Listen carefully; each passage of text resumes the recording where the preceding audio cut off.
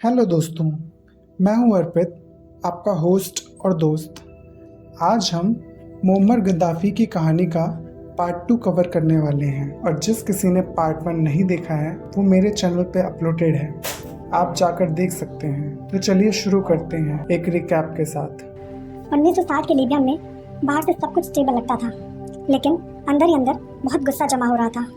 देश officially king Idris के control में था, लेकिन कई यंग लीबियंस को लगता था कि राजा कमज़ोर है और वेस्टर्न कंट्रीज़ के इन्फ्लुएंस में भी कुछ ज़्यादा ही है। ऑयल से बहुत पैसा आ रहा था, लेकिन आम लोगों को उसका कुछ फ़ायदा मिल नहीं रहा था। आर्मी के यंग ऑफिसर्स को लगता था कि करप्शन बढ़ रहा है और लीबिया फॉरेन पावर्स के सामने झुक रहा है। गद्दाफ़ी जब मिलिट्री एकेडमी में था तभी उसने डिसाइड कर लिया था कि वो पॉलिटिक्स में आएगा, लेकिन इलेक्शंस या स्पीचेस के थ्रू नहीं। उसका मानना था कि अरब दुनिया में असली पावर आर्मी के पास होती है, इसीलिए उसने मिलिट्री को अपना मेन वेपन बनाया। एकेडमी में जो उसने बहुत सजगता से कैडेट्स चुने थे जो मोनार्की और फॉरेन इन्फ्लुएंस के खिलाफ थे, उन लोगों से उसने धीरे धीरे एक सीक्रेट नेटवर्क तैयार किया। ये लोग ओपनली कुछ भी नहीं बोलते थे ताकि गवर्नमेंट को किसी भी प्रकार से उन पर संदेह ना हो। बाद में इसी नेटवर्क को फ्री ऑफिसर्स मूवमेंट कहा गया। ये नाम डायरेक्टली गमाल अबेल नसेर का इजिप्शियन रेवोल्यूशन से इंस्पायर्ड था। और अब हम यहाँ से आगे की कहानी शुरू करेंगे। हम गद्दाफ़ी की प्लानिंग के बारे में बात करेंगे कि किस तरह सिर्फ एक ख्याल ने पूरे देश पर अपना राज स्थापित किया। गद्दाफ़ी बहुत इंटेलिजेंट तरीक़ों से काम करता था।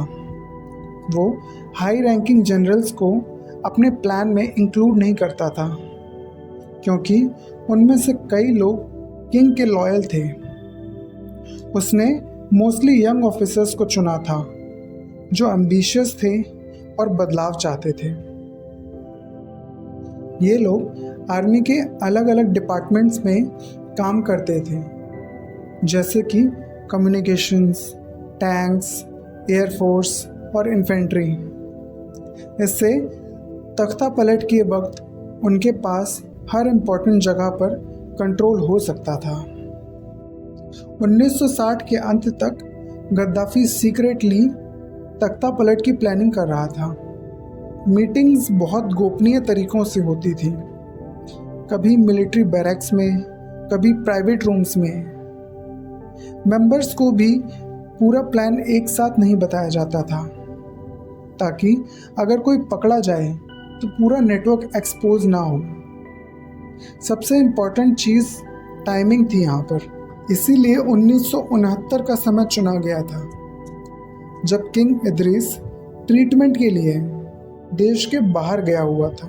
तब गद्दाफ़ी ने इस पल का बहुत अच्छे से इस्तेमाल किया और 1 सितंबर 1969 की रात को उसने अपना ऑपरेशन शुरू कर दिया, जिसमें रात के अंधेरे में गद्दाफ़ी और उसके ऑफिसर्स ने मिलिट्री यूनिट्स को एक्टिवेट किया। टैंक्स और सोल्जर्स को चुपचाप इम्पोर्टेंट लोकेशंस की तरफ भेज दिया गया। सबसे पहले उन्होंने रेडियो स्टेशंस पर कंट्रोल स्थापित किया, और क्योंकि मीडिया कंट्रोल बहुत ज़रूरी था, तो जो रेडियो को कंट्रोल करता था वो ही लोगों तक अपनी बात पहुंचा सकता था। इसीलिए उन्होंने पहले रेडियो स्टेशंस को कैप्चर किया और फिर उसके बाद एयरपोर्ट्स, मिलिट्री हेडक्वार्टर्स और गवर्नमेंट बिल्डिंग्स को भी कैप्चर कर लिया गया। कई जगह सोल्जर्स को पता भी नहीं था कि एक्चुअली में तख्ता पलट हो रहा है, उन्हें बस ऑर्डर्स फॉलो करने को कहा गया था। क्योंकि ऑपरेशन बहुत तेज़ और ऑर्गेनाइज था, गवर्नमेंट को रिएक्ट करने का मौका ही नहीं मिला और सुबह तक लीबिया की पावर्स प्रैक्टिकली गद्दाफ़ी के हाथ में आ चुकी थी। रेडियो पर अनाउंसमेंट हुई कि मोनार्की ख़त्म कर दी गई है और अब लीबिया पर एक रिपब्लिक बनेगा। उस वक्त गद्दाफ़ी सिर्फ 27 साल का था। इंटरेस्टिंग बात यह थी कि शुरुआत में पब्लिक को उसका पूरा नाम भी नहीं पता था, क्योंकि जो भी अनाउंसमेंट्स हो रही थी वो सारी रेवोल्यूशनरी कमांड काउंसिल के नाम से की जा रही थी। इसीलिए लोग गद्दाफी से अनजान थे, मगर फिर धीरे धीरे लोगों को समझ आ गया कि असली मास्टरमाइंड तो कोई और नहीं बल्कि गद्दाफी है। पावर के बाद का मंजर। पावर मिलते ही उसने फॉरेन मिलिट्री बेसिस बंद करने शुरू किए। यूनाइटेड स्टेट्स और यूनाइटेड किंगडम के मिलिट्री प्रेजेंस को पूरी तरह हटा दिया गया। ऑयल कंपनीज पर भी गवर्नमेंट का कंट्रोल बढ़ाया गया। ये सब चीज़ें उसकी इमेज को अरब दुनिया में एक रेवोल्यूशनरी हीरो की तरह पुख्ता बनाने लगी। लेकिन इसी के साथ उसने आर्मी और सिक्योरिटी फोर्सेस को और पावरफुल बनाना शुरू कर दिया। उसे डर था कि जिस तरह उसने तख्ता पलट किया है उसी तरह कोई और भी उसके खिलाफ वही कर सकता है। इसलिए उसने लॉयल मिलिट्री यूनिट्स और सीक्रेट इंटेलिजेंस नेटवर्क बनाए जो उसकी पावर्स को प्रोटेक्ट कर सकें और उसके खिलाफ किसी भी आंदोलन को बढ़ने से पहले ही खत्म करने में सक्षम हो। एक गरीब बेदूनी लड़का जिसने बचपन रेगिस्तान में गुजारा था, अब आर्मी के इस्तेमाल से पूरे लीबिया का रूलर बन चुका था।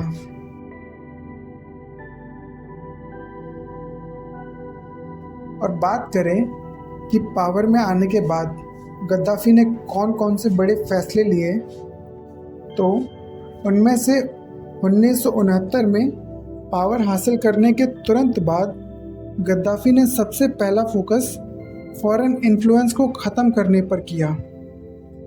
उसका मानना था कि लीबिया टेक्निकली आज़ाद होने के बावजूद भी असल में वेस्टर्न कंट्रीज़ के इन्फ्लुएंस में चल रहा है। इसीलिए उसने यूनाइटेड स्टेट्स और यूनाइटेड किंगडम के मिलिट्री बेसिस को बंद करने का फैसला लिया। उस समय लीबिया में फॉरेन सोल्जर्स और मिलिट्री इक्विपमेंट्स मौजूद था। गद्दाफी को लगता था कि जब तक फॉरेन आर्मीज़ लीबिया में रहेंगी तब तक देश सच में इंडिपेंडेंट नहीं हो सकता। इस डिसीजन की वजह से अरब दुनिया में उसकी इमेज एक स्ट्रॉन्ग नेशनलिस्ट लीडर की तरह तो बनी, मगर आम अरब लोगों को भी लगने लगा कि पहली बार कोई लीडर ओपनली वेस्टर्न पावर्स को चैलेंज कर सकता है। और बात करें ऑयल इंडस्ट्री की, लीबिया दुनिया के ऑयल रिच कंट्रीज़ में से एक था। गद्दाफी से पहले फॉरेन कंपनीज लीबिया के रिसोर्सेज से बहुत पैसा कमा रही थी। गद्दाफी ने डिसाइड किया कि ऑयल का प्रॉफिट फॉरेन कंपनीज के बजाय लीबियन लोगों को मिलना चाहिए। उसने ऑयल इंडस्ट्री पर गवर्नमेंट का कंट्रोल बढ़ाया और कॉन्ट्रैक्ट्स को दोबारा से रीनेगोशिएट किया। इससे लीबिया की इनकम बहुत ज़्यादा बढ़ गई और फिर उसी तेल के पैसे से नई रोड, स्कूल, अस्पताल और हाउसिंग प्रोजेक्ट्स बनाए गए। कई गांवों में तो पहली बार इलेक्ट्रिसिटी और मॉडर्न फैसिलिटीज़ पहुंची थी। एजुकेशन और हेल्थ केयर लगभग पूरी तरह ही फ्री कर दी गई। इस एक कदम से बहुत से गरीब परिवारों की जिंदगियां बेहतर हुई। इसी वजह से कई लीबियंस आज भी उसके अर्ली ईयर्स को डेवलपमेंट और प्रोग्रेस का दौर मानते हैं। उसने आते ही सबसे पहले तो मोनार्की को पूरी तरह ख़त्म किया था। उसका मानना था कि मोनार्की एक आउटडेटेड सिस्टम है जो सिर्फ एलीट्स और फॉरेन पावर्स को फ़ायदा पहुंचाता है। उसने लीबिया को रिपब्लिक डिक्लेयर किया और बोला कि अब पावर्स लोगों के नाम पर चलेगी। तख्ता पलट के बाद कई यंग लीबियंस इस बात से एक्साइट हुए कि एक नया मॉडर्न लीबिया बनने वाला है, मगर उन्हें क्या पता कि उनके तानाशाह के दिमाग में क्या चल रहा है। गद्दाफी सिर्फ रूलर नहीं बनना चाहता था, बल्कि वो एक नई आइडियोलॉजी बनाना चाहता था। उसने ग्रीन बुक नाम की किताब लिखी थी जिसमें उसने अपनी पॉलिटिकल और सोशल थ्योरीज को एक्सप्लेन किया था। हालांकि वो सिर्फ किताबों तक ही सीमित रही। उसका कहना था कि कैपिटलिज्म में अमीर लोग गरीबों का शोषण करते हैं और कम्युनिज्म इंडिविजुअल फ्रीडम को नष्ट करता है। इसीलिए उसने थर्ड यूनिवर्सल थ्योरी नाम का एक अल्टरनेटिव सिस्टम प्रपोज किया था। इस आइडियोलॉजी में डायरेक्ट डेमोक्रेसी, सोशलिज्म और इस्लामिक आइडियाज़ का मिक्सचर था। गद्दाफी के सपोर्टर्स इसे यूनिक और रेवोल्यूशनरी मानते थे, लेकिन क्रिटिक्स का मानना था कि ये थ्योरी प्रैक्टिकल रियलिटी में काम नहीं कर सकती।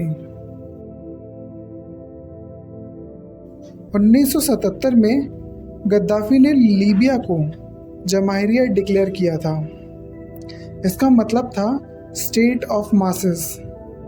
ऑफिशियली ये सिस्टम ऐसा था जहां आम लोग कमिटीज़ और कांग्रेस के थ्रू डिसीजंस लेते थे। गद्दाफी का कहना था कि इलेक्शंस और पॉलिटिकल पार्टी फेक डेमोक्रेसी होती हैं। उसके हिसाब से रियल डेमोक्रेसी तब आएगी जब लोग डायरेक्टली डिसीजन मेकिंग में पार्टिसिपेट करेंगे, लेकिन रियलिटी में फाइनल पावर पूरी तरह से गद्दाफी और उसके कुछ ट्रस्टेड सर्कल के पास ही रहती थी। इसीलिए क्रिटिक्स कहते थे कि जमाहिरिया सिर्फ नाम की रिपब्लिक रूल थी। ऑपोजिशन और डिसेंट को क्रश करना, और क्योंकि गद्दाफी अपने अगेंस्ट क्रिटिसिज्म को टॉलरेट नहीं करता था, इसीलिए धीरे धीरे उसने सीक्रेट पुलिस और इंटेलिजेंस नेटवर्क को बहुत पावरफुल बना दिया। जो जर्नलिस्ट, एक्टिविस्ट या पॉलिटिकल ओपोनेंट्स उसके अगेंस्ट बोलते थे, उन्हें अरेस्ट कर लिया जाता था। कई लोगों को टॉर्चर और एग्जाइल का सामना भी करना पड़ा था। और तो और कुछ ओपोनेंट्स मिस्टीरियसली डिसअपीयर भी हो गए थे। यूनिवर्सिटीज़ और मीडिया पर स्ट्रिक्ट कंट्रोल रखा गया था। लोग ओपनली गवर्नमेंट के खिलाफ बोलने से डरते थे। इसी वजह से बहुत से इंटरनेशनल ऑर्गेनाइजेशंस ने गद्दाफी की सरकार को अथॉरिटेरियन और डिक्टेटोरियल कहा था। गद्दाफी स्ट्रांगली ये भी मानता था कि सारे अरब कंट्रीज़ को यूनाइट होना चाहिए, और क्योंकि वो गमाल अबेल नासिर से डीपली इंस्पायर्ड था, तो उसी की तरह अरब नेशनलिज्म को भी प्रमोट करता था। उसने इजिप्ट, सीरिया और दूसरे अरब नेशंस के साथ यूनिटी प्रोजेक्ट्स की कोशिश की, लेकिन पॉलिटिकल डिफरेंसेस की वजह से उसका ये प्लान सक्सेसफुल नहीं हो पाया। फिर धीरे धीरे उसका फोकस अफ्रीका की तरफ शिफ्ट होने लगा और वो अफ्रीकन यूनिटी का सपोर्टर बन गया। 1990 से 2000 तक में गद्दाफी ने अफ्रीका में अपना इन्फ्लुएंस बढ़ाया। उसने कई अफ्रीकन कंट्रीज़ को फाइनेंशियल सपोर्ट दिया और अफ्रीकन यूनियन को स्ट्रॉन्ग बनाने की कोशिश की। कई अफ्रीकन लीडर्स उसे रिस्पेक्ट करते थे क्योंकि वो वेस्टर्न डोमिनेशन के अगेंस्ट ओपनली बोलता था। कुछ लोग उसे अफ्रीका के राजाओं का राजा भी कहते थे और कई लोग इस बात को मानते भी थे।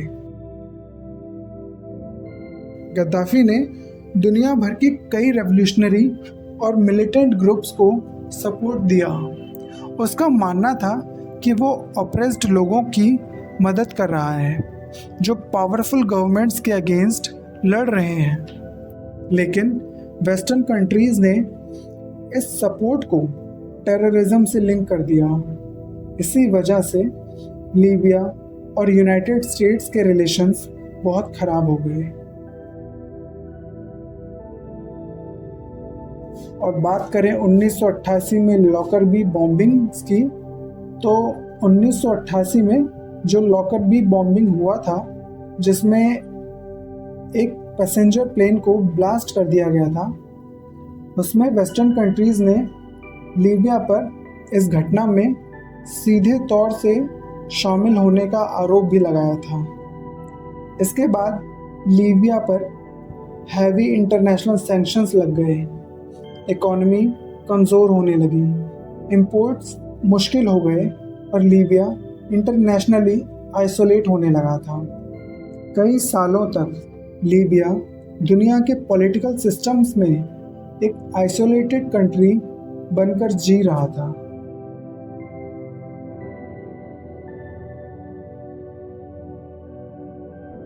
ये तो था उसका देश के बाहर वालों के प्रति रुख, मगर अगर हम बात करें कि देश वालों के प्रति उसका क्या रवैया था, तो गद्दाफी का एक सबसे एम्बिशियस प्रोजेक्ट था जिसका नाम ग्रेट मैन मेड रिवर था।